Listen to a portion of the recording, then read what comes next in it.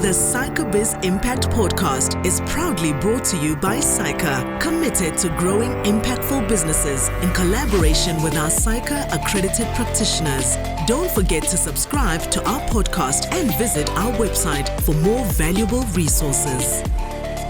Welcome to another episode of the SAICA Biz Impact Podcast Show. I am your host, Luncedo Mthwendwe, and today we're having a very good, fascinating story that we will be delving into, and this is what we call our founder story. And we will be talking to the CEO and the co-founder of JobJack. His name is Christiaan van der Berg. Christiaan, welcome on board. Lou, thanks so much for having me. Really appreciate it. Yeah. Ladies and gentlemen, maybe just to give a brief introduction about Christiaan in terms of his bio. I'll try to summarize it. I know it's 12 pages, right? But I'll try just to keep it short. Christiaan is a co-founder and the CEO of JobJack, and is a SAICA 2022 top 35, under 35 winner in the category of influence. JobJack is a tech platform that automates the entire entry-level recruitment process for all parties that are involved. Those are your employees and your employers. Christiaan is passionate about bringing change to those less fortunate by utilizing platforms such as JobJack. He is a CISA, and he is a father, of a young toddler. I hope he's doing well. He's busy as ever. No, that's great. Ladies and gentlemen, JobJack, some of you have heard about JobJack in terms of, when people are looking for employment, they've used the platforms. Some of the people have gotten jobs using the platform. And that is the story that we want to showcase today. We know that South Africa is going through a lot in terms of, unemployment. And we've got number of startups, we've got a number of businesses that are playing a role in terms of meeting government in relation to that we create jobs in South Africa. Christiaan, have you started to work with government? Are you working with government? Are there any projects that you are working with government to help them basically to really create a very good environment to create more jobs? We have worked with government in a degree, so one with the City of Cape Town and then also with the Jobs Fund that is part of the presidency initiative. Yes, okay. No, that's great. It's been amazing working with government. Let's talk more about JobJack, right? It's quite a fascinating story when you read more about it, but I want you to really just articulate it to our audience, how you started. Just take us through that journey. When did you start the business and how has it been so far?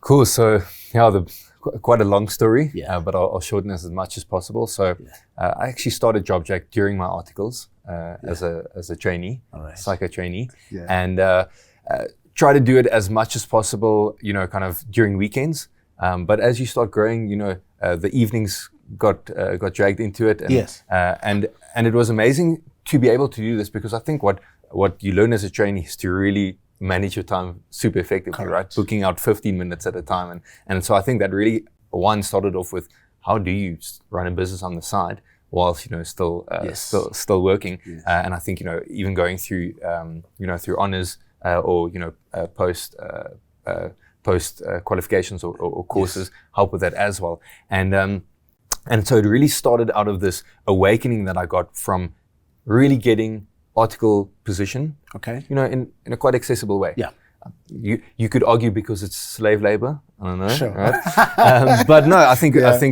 people that are fortunate enough to study in that direction, which I was really blessed to.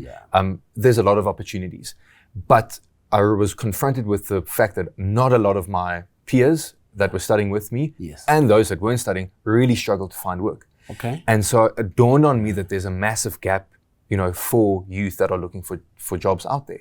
And so it really stuck with me. And at a time, my mother-in-law, so my family knew that this was tugging at my heart. She said, listen, she's arranging an event. Okay. Can I get some friends that were still at university to waiter? Yeah. I said, of course, I'll organize a few. And I remembered, unless you belong to some elite WhatsApp group or Facebook group, you didn't know of these gig jobs, right? That were just there for the taking without tertiary education. And arranged it, and their friends afterwards started asking me, do I have more of these opportunities? And it struck me that, shucks, there might be something here. Yeah. There might be something here. And I did some research seeing that there's not a dominating player in the SA market or globally really connecting this, right? Think LinkedIn meets Tinder, but for entry level, right? And so believe in surrounding myself with people that are better than I am. And so in came my co-founder, H Bellingan. He was doing his articles with me, but he's just... Was he a senior or a senior level? He was a senior, actually. Yes. Again, surrounding yourself with people with wisdom, right? Sure. And I knew he has this amazing brain of systems and strategy. And so wanted to run this race with him, right? You can go fast if you go alone, but you can go far if you go together. Correct. As the saying goes. And so we dove into seeing how do we bridge this gap between job seekers looking for work and the employers, looking for them. And so we found this need of creating a web app. So it's not a mobile app that you have to download, because the majority of the market does not download mobile apps. And so set out to seeing where's this problem starting? And the problem starts with these job seekers having to spend about 938 Rand a month looking for work. Looking for jobs. And they don't have this to begin with, so they don't look for work. Our surveys found that about 6 out of 10 job seekers have to, on a weekly basis, decide between looking for a job and feeding their family. Right? And so hence our country's unemployment rate, because it's this broken cycle of people are really not getting to opportunities. And so what we've built is this web app, this platform that enables job seekers to, on their phone, any phone, they can go onto a web browser, set up a profile, online CV, and get connected to opportunities. Data free for MTN, Vodacom, and Telkom users, and very data light for the rest. And then get connected to opportunities where they can apply, go through filtering questions and psychometrics to really showcase if they're going to be a fit for a job or not. And in that way, creating more sustainable career paths, right? And thereby starting to create wealth and change generational poverty. That's really the heart. And obviously on the employer side, which are the paying customers, they use this software as a service tool to run their recruitment, their entry-level recruitment through the platform. Because what currently happens in the market is some of these companies are sitting with hundreds, if not thousands, of unfilled vacancies because it's too much of a schlep in finding the right people. Right? And so how can we bridge that gap? And so that in turn is what JobJack does. And fast forward to where we are now, we have about 3 million registered job seekers on the platform. 3 million. Which is amazing to speak to the accessibility. Very sad to think of the need out there. And we've placed about just over 25,000 into job opportunities, averaging at the moment about just over 1,400 per month, placing them into sustainable job opportunities. And looking to continuously expand throughout South Africa and moving beyond borders throughout there. So anyone that you might see at a Pep, a KFC, a McDonald's, a Woolworths, etc., they probably got their opportunity through our platform. And so we're really looking at how we can bridge this gap. So the platform focuses more at a low entry job level seeking person, or else it has evolved to include everyone. Great question. No, so we really saw that there's a massive need for entry level. So that's looking at opportunities that don't require tertiary education. So we first really zoned in on actually just opportunities that don't require qualification above matric, or even more than 2 years of work experience.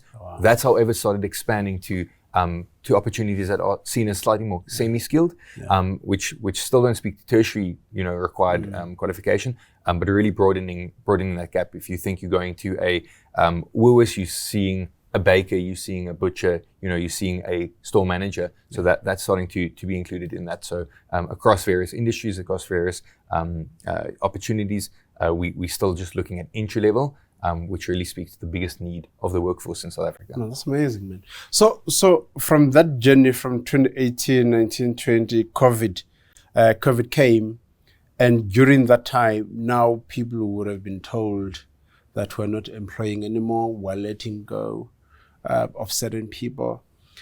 How has that journey affected you? in relation to building JobJack? Yeah. So yes, we started in 2018. Yes. And spent 2018 and 19 building this product, testing it out, and then we thought, okay, we have it, and then COVID hit in 2020. Everything on hold. Oh, what a wonderful time to start a recruitment business. Yeah. And I think, one, it built a lot of character. I'm 30 years old, but I have no more hair left, so whatever that says. Yeah. But ultimately, really, really got us to a point where we need to believe in what we're building. Sure. So I think creating that perseverance and drive is this really what we are called to do? There are probably easier ways of making money. But ultimately, what we believe is if you chase purpose, profit will follow. And so that's really something that I think was cemented in us, our team. We were still a small team, I think about 6 people. Sure. During COVID. Salary cuts were there, but it was amazing to see the drive and the passion in what we know is still out there, the opportunity that's still out there. And so we were, super blessed enough to have made it through COVID. Yeah. And I think then, start of 2021, things opened up and we could really dive in from there. And currently we're sitting with just over 50 people and continue growing. And so it's been amazing to just have that as anchor into knowing we can weather out a few storms if they come our way. Yeah. You mentioned at the beginning also, that you surrounded yourself with other people. You got someone a bit senior to also walk this journey with. We know that most of the startups, you'll find that the co-founders don't last more than 3 years. They will go through separate ways.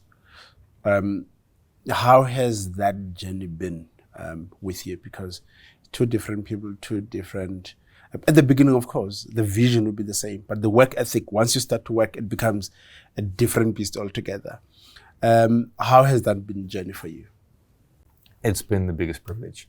I think running a race together is just unfathomable from from just a energy sharing and drive perspective. Okay. I think what we've been blessed with is a shared world outlook, a values outlook. Yeah. So I think that really helps. Our faith is our base of why we're doing what we're doing. Yeah. So I know that's not something that everyone finds in a co-founder. Yes. But I knew that, asking him to join me in that base would draw us. And I think what's really helped in running it together and with that longer view is this mission that we're on is more than just one person. It's more than just us, right? It's about purpose. Something bigger. Yeah, it's a purpose, 100%. Yeah. And so I think what's made that really really favorable for us is we can play off each other's strengths and we don't have pride that sits in the way. So if I'm having a bad day, of which I have, right, and I'm lacking skills, which I have a lot of lacking, then I can, with the biggest of ease, tell me, listen, this is not your forte. This is where I'm going to step in and enable you. And likewise, right? So we really can bounce off each other's strengths and fulfill each other's weaknesses in that. Okay, so you are trained as an accountant. You're going through your articles, all right? Now you're starting a recruitment business that is a complete different skill that you're being trained at. That's number one. Also you're building a tech business. You are not into technology. So how do you merge the two now? You're just an accountant, but you're building a tech business. On the other side, you're building a recruitment business. How did you do that? Get asked that quite often, right? You're on this financial lucrative path. Why recruitment? Yeah. And I think it really comes down to just doing something, doing the next step. I think a lot of people wait for either the right type of qualification or a vast amount of funding or an app to be built for you for something. Yeah. But I think our lack of experience in recruitment and obviously tech as well just really didn't deter us from, listen, there's a problem and there's a solution. Yeah. There's a lot we can do before we even have to start building something. I mean, in the beginning, if you're speaking to a minimal viable product, I was that MVP, right? I ran the business through WhatsApp. I was the app. Sure. And so there's so much I've realized you can do that doesn't necessarily have to rely on what your qualification is or what your previous work experience is. Yeah. You can just take on what is the next logical step and learn from there. And that should guide your path in getting there. What were the biggest challenges that you faced earlier on? when we're building this thing, and then I can imagine by that time you're doing articles, deadlines over the weekend, you're spending so much time on this. But what are some of the biggest challenges that you can pick up and say, okay, these are some of the biggest challenges that we faced at an early stage? And I'm sure there will be someone that can relate to that so that they can learn from how you solved those challenges. 100%. I think one of the earliest challenges that we really found was getting the right team involved. I think you are the right people, yes. And if you believe that you need to surround yourself with people that are better than you are, that's difficult at an early stage, right, where you can't afford the salary. Yeah, because you don't have the money, exactly. You don't have capital for that. And so you really need to go look at what is the long-term drive in this. And so is there long-term incentive? Is there shared incentive in getting there? Okay. And is there a risk or chance you need to take in getting someone on as part of the group, and you may be taking a personal sacrifice in that regard. So I think that was one of the biggest challenges in knowing that you're surrounding yourself with people that are equipping you to take the next step, because you don't know what's going to happen in 6, never mind 12 months, right? Correct. So to just focus on, okay, how does the next 3 months look and what is needed for me to get there? And I think one of the challenges we had was probably our own ignorance. Something I've learned time and time again is the world is yours for the taking from an advice perspective, right? Whether it be books, because it's a one-way conversation, but it's still advice from experts, or just reaching out to people in the world, right? Reaching out over LinkedIn, reaching out to connections within your sphere. I was surprised when I actually learned this later on how willing people are to share some advice, and so that's something that I'd really wish I'd learned earlier, and I'd probably have avoided quite a few challenges and mistakes along the way. It's actually a big challenge for most people, and most of the people as well that we've had discussions with, they'll tell you that most people are willing to meet up for coffee. Most people are willing just to give you, their time. 30 minutes, an hour is good enough, and then you're good to go. Now take me through, now you're in Cape Town, you're looking for your first client, right? Let me just say your first big client, because your first client would have been friends and all of that. But now that process of identifying that first big client, take me through that journey where you said, okay, there is something here. There is something. Take me through that process. Oh, yeah. Get goosebumps thinking back to it. So there was this moment where one of my juniors, whilst obviously we were running JobJack, I was still, in articles. Okay. He told me, Christiaan, I spoke to my dad about what you guys do, and he really likes it. And I thought, oh, thanks, cool. Yeah. And I was, well, who's your dad? He's like, no, well, he's the director of sales at Pep. Okay. And I thought, oh wow, shucks, this is, number of people this is someone I'd really love to chat to, just to see, is the issue that we see out there, is it really being, felt by them? And I think what helped a lot is going in not with, an attitude of we've got the solution, but we're really going to ask and see what their problem is. And I think again, the more and more we realize, like, you're really going to solve a client's problem. So just go hear what the problem is before you try and shove something down the throat. Exactly. Understand first the challenges, then come up with the solution. 100%. And I think, sitting in that meeting, we asked and we received, and then we could imagine a world with them. And again, we could physically only imagine the world because we hadn't built a lot by that point. I think we had like maybe 4,000 people that had signed up, and weren't really focusing on big corporates back then, more gig jobs and smaller companies. But we saw this opportunity, and we could dream with them, and they could see the bigger picture. And I think that helped so much in just creating this space and thinking of you collaborating with these clients. It doesn't make it easier to get meetings with them, by no means, right? But approaching them with that, kind of learning, mindset really has helped us kind of, put our shoes into each of these big clients, because each big client is a different beast. Yeah, but what helped you? What helped you when you knock to the doors of these big corporates, while you don't have a solid experience that you can prove? Because track record is one of the biggest things before any other corporate basically brings you on board. They'll ask you about your track record. If you're saying, no, I only have like 4,000 people, like, okay, nice. But they'll ask you, how many people have you placed? You're like, we placed 10, 15. You know what I mean? Yeah. So how did you maneuver around that challenge? Because that is the challenge for most SMEs. Track record. You find that the product is good and we can deliver, but they will say, okay, we're not yet sure. It's a great question, right? And yes, track record helps you the more you get. Correct. But how do you start off with that? Yeah. And all honesty, it's cold, hard outreaches. So for the first 3 to 5 years of JobJack's existence, I did the sales, and that means relentlessly connecting and messaging, these different players For real. on LinkedIn, guessing the email addresses, and phoning if you have their number by some chance, or obviously their office. And if they say no, it's just a not yet, right? And in respect, right, you respect that. But within a week or two, you'd follow up again, until the point where you like, listen, if after 30 minutes you feel like I've completely wasted your time, then I'll leave you alone. But this is really just for me to figure out where you guys are. Okay. And I think that's where sometimes people get a little discouraged. They, reach out to the first 4 or 5, companies, and 90% of them don't reply, and the 2 that do say just cut them off completely. Yeah.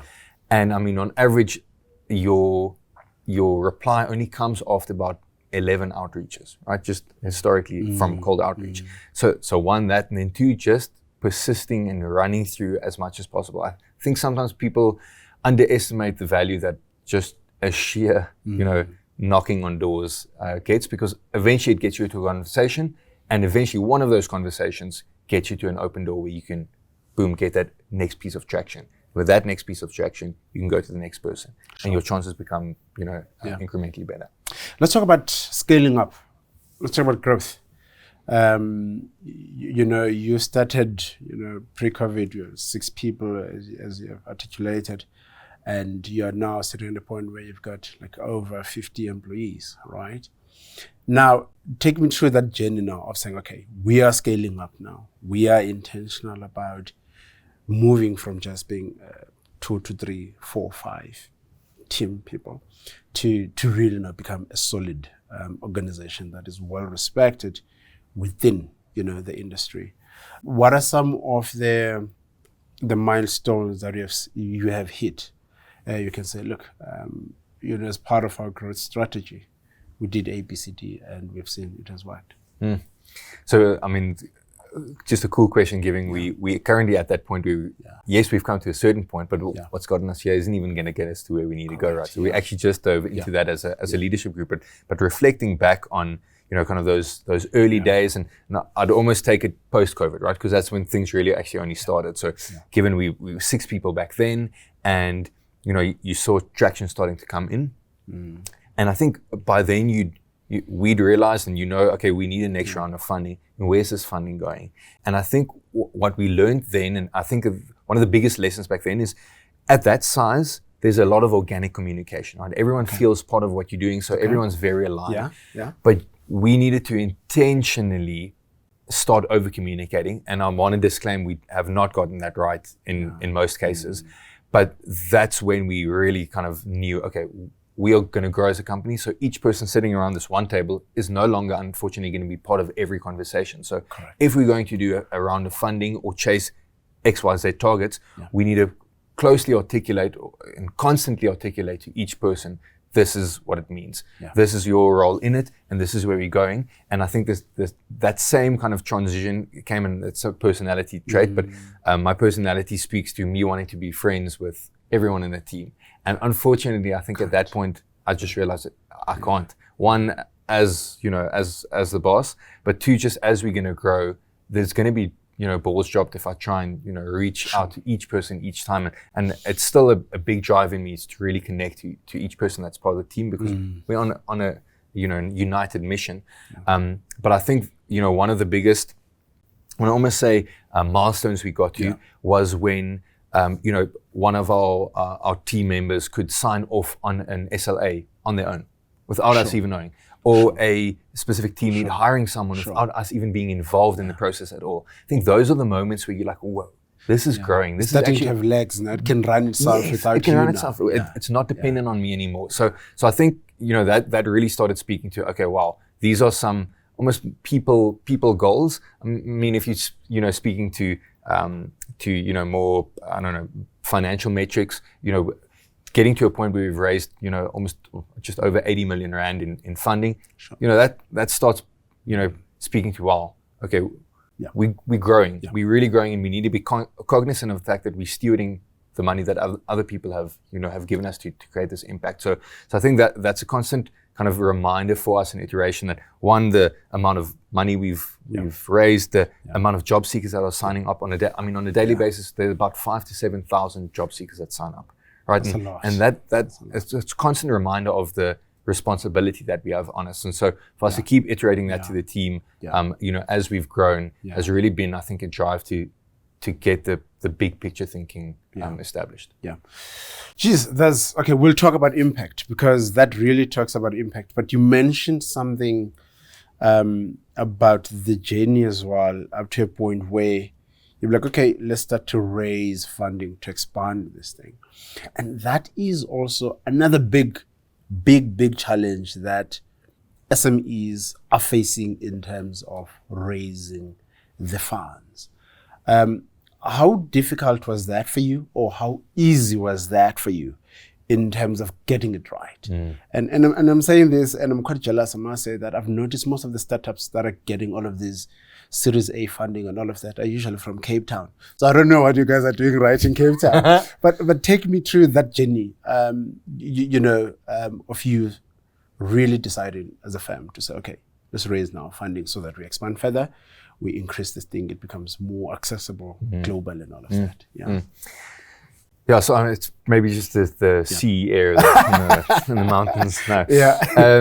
So look, our model really, from day dot, dependent on funding, right? You need to build a platform. Correct. And to build that, you need to pay, a developer, whether internal or external. So from day dot, we knew that was going to be part of our journey. Okay. And so what we did before we even got to the first, fools, friends, and family around, if proverbial kind of status thereof, is to prove that this works. So again, that MVP running through me in WhatsApp. So by the time we went to our first external investor, we could say, well, this is what we did without any funding, without any app, without anything, just us grinding and putting in the hours and working through us on a manual base. And I think what we've done ever since is prove that, hey, we've made this work without that. Okay. Now we can add this on top of that. And I think that's proven each time that we go raise funding that, okay, we're not throwing money into a bottomless pit. And I think what we also did is we didn't go raise an exorbitant amount for this is going to carry us through the next 3 to 5 years and get us to an indefinite growth perspective. Yes, that's always going to be the aim, is that carries us as far as possible. Okay. But we raised just enough so that we could apply to what we knew we needed to apply to. Correct. Because you need to know how you're going to steward the money that you're getting in, right? Yeah. And so I think that really helped us in, okay, we've grown organically. Yeah. Okay, we're taking in a bit more. Okay, this is what we've been able to prove with this. Okay, we're going to take in a little bit more. Okay, and this is what we could prove. So that each time you could prove more for more, if that makes sense, right? Yeah. So I think we were very blessed with regards to just us coincidentally doing that. I think a lot of times what we've seen in Cape Town as well is that people try and raise too much too quick without first proving that this can work in a manual basis. Isn't that a global phenomenon? It basically? It is, right? Where a startup is like $1 billion startup within like a year, and 5 years down the line. It's not the reality in South Africa, eh? And it shouldn't be. There should be enough proof that you can do enough without getting more, because that more should just be enabling you to grow exponentially. The funding should respond to the need. That 100%. Is actually then you're basically just creating the funding. So in terms, did you have any, during all of this period, I'm sure you would have doubted the viability of there would be moments, okay, are we going to be able to deliver here or not, And especially now with the responsibility where you start to bring now external parties to give you that responsibility to grow this thing. It becomes now more on your shoulders. But how have you dealt with those moments where you're like, okay, this is, I think we bite more than what we could chew here? Did you have those moments, and how did you deal with them? 100%. Those moments are still with us, on a regular basis because we're wanting to do something really big. And I alluded to, the COVID journey that we went through. And I think what it continuously falls back on is this shared vision that we feel, my co-founder and I, that we've been called to do, something bigger than us. And I think that's really helped us just cement why we're doing what we're doing. And I think, getting a bit more practical, I think what really motivates us in the times where things are either going quiet or, we've made a big blunder, mistake, whether it be with a client or internally with the team, is that you look at your team members and you see their drive in what you're doing. And I think if you can get a team that's more passionate about what they're doing than you are, then that keeps inspiring you through thick and thin. What's the vision for JobJack in the next 5 to 10 years? Are we going unicorn status or what? I wish you become a unicorn one day. So what's the vision for? So we still just operating in South Africa. Our clients are begging us to move up into Africa and other emerging markets as well, Eastern Europe, and we are wanting to go there, but we know we need to build a base and scale what we know works, not what we think works. You unfortunately see, so many examples of startups moving up into Africa and then retreating back again. And so that's not something we want to become another stat of. We want to be very cognizant of the intricacies in moving out into other markets, but within 5 to 10 years, that is 100% where we want to sit, right? We want to be a dominating player in at least emerging markets across the world with regards to entry level recruitment and employment. And so that's really the drive from a JobJack perspective. I mean, if we could be, have a hand in, what our life orientation curriculum, teaches grade 10 to 12, and just getting them a bit more job ready, that'll be amazing, right? Because then you're setting up a whole new generation each year in becoming more, acceptable from an employment perspective. So that's a softer, desire, but our hearts are so with these job seekers, but the best thing we can do for them is to go get more opportunities. And the best way we can do that is to build an incredible SaaS platform that's used by thousands of employers across the world, right? And then hopefully get to a unicorn status. We've promised our leadership team that if we get there, we're going to get a tattoo of a unicorn on our arse. So, I like that. So it's a win-lose or win-win. I don't know. I like that. Man, I'm so proud of what you're building. But from your side, I know it's still early days. All right, you're not yet where you want to be at. But so far, when you reflect back, for the past 5-6 years, what are you most proud of in terms of what you guys have built? Sure. I think, seeing the trees through the forest, like seeing those individual job seekers and what it means to them. I mean, the average job seeker has about 4 dependents, right? So you're really impacting a whole family each time you help someone get into opportunity. And so sometimes just the messages we get that, I'm starting my first day at my job. Thank you so much for unlocking this. I mean, that speaks volumes, right? It keeps you through it. But I think what sometimes excites me even more is knowing that I'm sitting here and what's happening back at the office is people are driving and gunning this mission, further than I ever believed possible. And I think that that really excites me. Because I think if we can create that hope within our little sphere, how much more hope can be created in the larger society that we're part of. So you immediately after articles, straight up into your startup business. That journey, how has it shaped your view on entrepreneurship and leadership as well? Because I'm sure during your time in articles, you only led 10, 15. Now, you're building, and as more personalities come into the company, you realize, okay, the different characters, different personalities all together. As you've said, you can't be a friend now to each and everyone.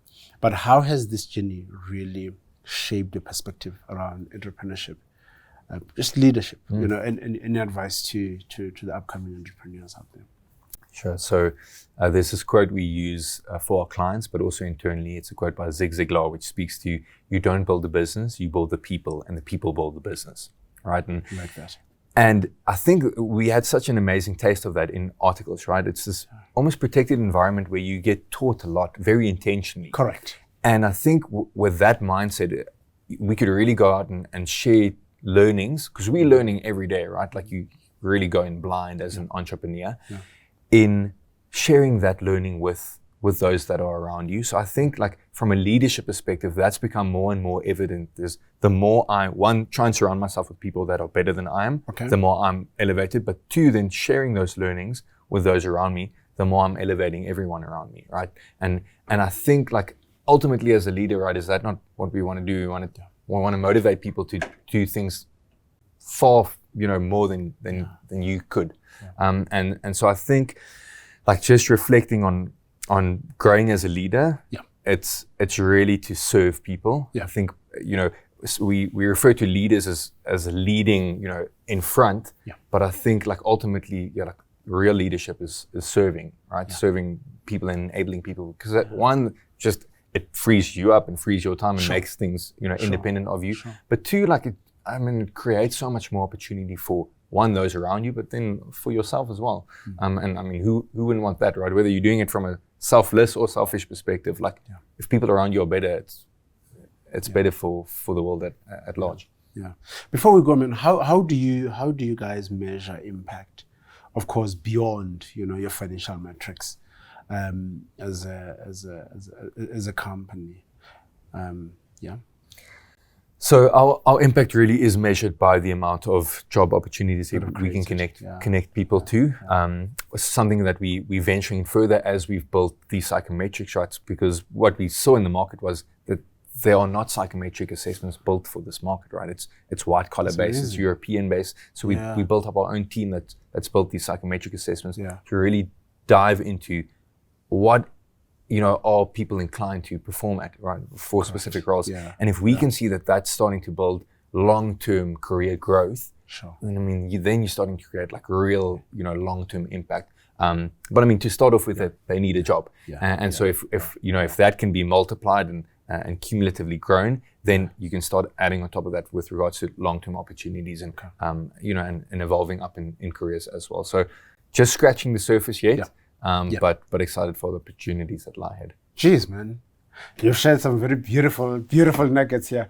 But no, thanks for coming through, and I'm really looking forward to have a discussion with you in the next 3 to 5 years. I will follow your journey, and I do believe that you've got a very good product, as you have said, especially within the emerging markets. I think Africa is quite hungry for solutions, like what you guys have done. So. Well done in terms of what you guys have done in Cape Town. Awesome. Right. Lou, thanks so much for having me. I really appreciate it, and thanks for allowing me to share some of my stories. Sure. All right. Ladies and gentlemen, you've heard from Christiaan. He is an example of starting something from scratch and build it to a point where it is a solid recruitment, and not just recruitment, but really providing jobs and, making an impact in the communities that we live in South Africa. And we're looking forward to see it growing bigger and bigger, and affecting some of, our African counterparts as well. So from our side, from the SAICA Biz Impact Podcast Show, please check us out on YouTube. We are also on Spotify. We're also on the SAICA website. Please subscribe and share as much as you can with all of the entrepreneurs that are starting their business. I do believe that Christiaan is one of those testament examples of resilience, as you have said. That, if you stay in it and also you focus on building people, you focus in terms of the people that you bring into your business, you are into something that will change your life. See you in the next one. All right. Cool. Cheers, man. Thank you. Thank you. Appreciate that. That was good. The SAICA Biz Impact Podcast is proudly brought to you by SAICA, committed to growing impactful businesses in collaboration with our SAICA accredited practitioners. Don't forget to subscribe to our podcast and visit our website for more valuable resources.